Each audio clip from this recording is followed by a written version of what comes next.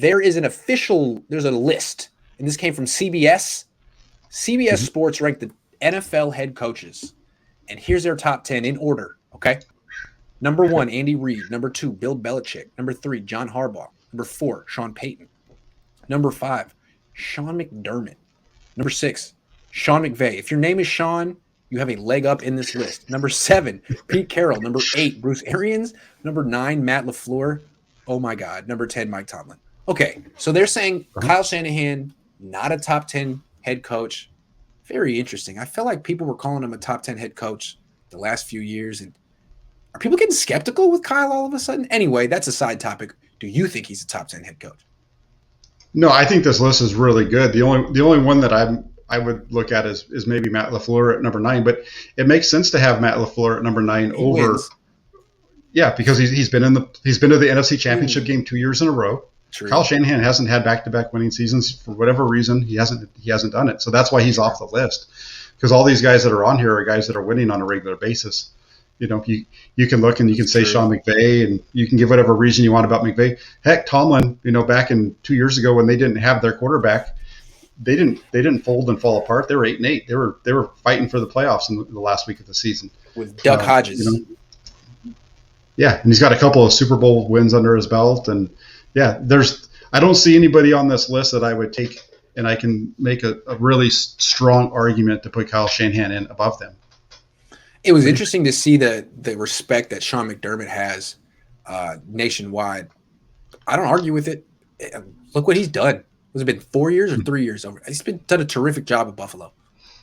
Yeah, no, he's turned that whole thing around. I think he's been there for 4 years because I think they went to the playoffs 1 year before Josh Allen got there with Tyrod, quarterback that's out. Yeah, that's out in Houston now. So. No, I think that he's definitely he should be on this list. I understand the folks that really like Kyle Shanahan and would put him in this list, and it's all based off of the whole reason you put Kyle Shanahan on this list is based off of stats, right, and the fact that he hasn't had his quarterback throughout the whole thing. But the only reason that the quarterback issue doesn't hold water for me is that you go back to Tomlin. Tomlin was right there 2 years ago without Ben Roethlisberger. They didn't fold. They were still an 800 team. Right. That's true. Yeah. They lost Ben Roethlisberger. And I don't think he's ever had a losing season, Mike Tomlin. Ever. I could be wrong about that. I don't think he's ever had one. I don't think so either. I think they've always been right in the I feel like with Kyle, the people who really like him are people who are a little bit more enamored with aesthetics than results. The kind of people who feel like, well, results, a lot goes into there. There's luck. All I know with Kyle is, like the process is legit. And when he doesn't get the results he wants, it's never his fault because I checked his work and he did it right. It's like, well, maybe not. Maybe he's actually judged by his results. It's a results business. He's a head coach. If he were coordinator, he could do that stuff. Yeah, the 100%. That's kind of been my argument against Kyle Shanahan since they hired him was the lack of results even as an offensive coordinator, and you've seen what he did as a coordinator carry over into his results as a head coach. So I'm with you on that one. He has two results that'll always keep him employed. The highlights look good, Jack. Like there'll be a couple big throws, a couple big runs every game, as opposed to, Jim Tom Sula's team, Chip Kelly's team. Like those teams were boring. So it looks good, and he will produce fantasy football stars. So he'll always have people happy with him. He'll get the yards, and yards are points in fantasy football. So people like him. But the actual results that matter in the NFL, I'm not saying he can't get them. It's just, let's remember, Bill Walsh had 3 losing seasons his first 4 too, as well. He just never had a losing season ever again. So that's the expectation, Kyle. Never have another losing season ever again. Come on. It's not that much to ask. Mike Tomlin does it. This is year 5. You built the whole thing. You got your quarterback. Never have another losing season. Yeah, I love the fact that you basically called him a great head coach for a fantasy football team, because that's something that I've said about him for years. I love the fact, if you're a fantasy football coach, you love the fact that his teams put up yards upon yards year over year, but his teams don't score points.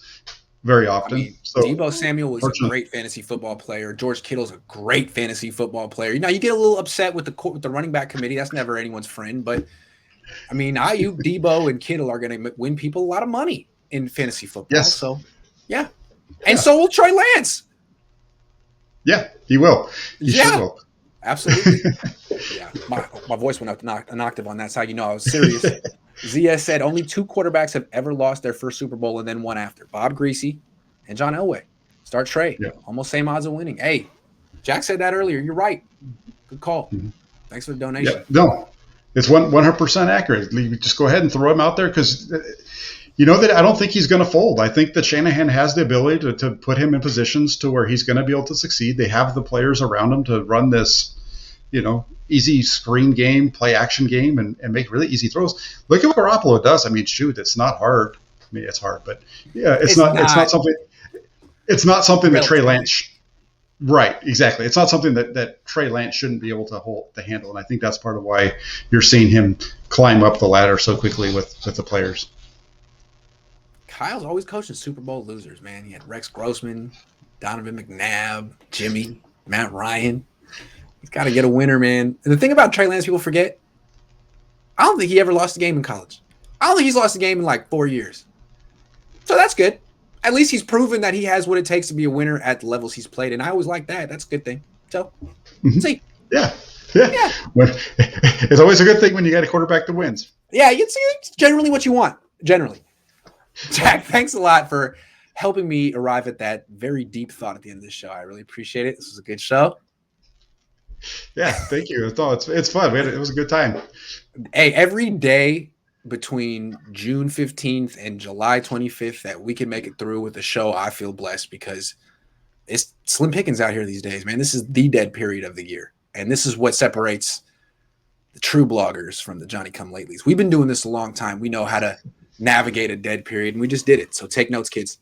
That's how it's done. Take notes, and and then you start watching. You start doing film breakdowns. Next thing you know, you're singing to yourself, and it all just kind of works out. That always adds a little certain je ne sais quoi to the experience.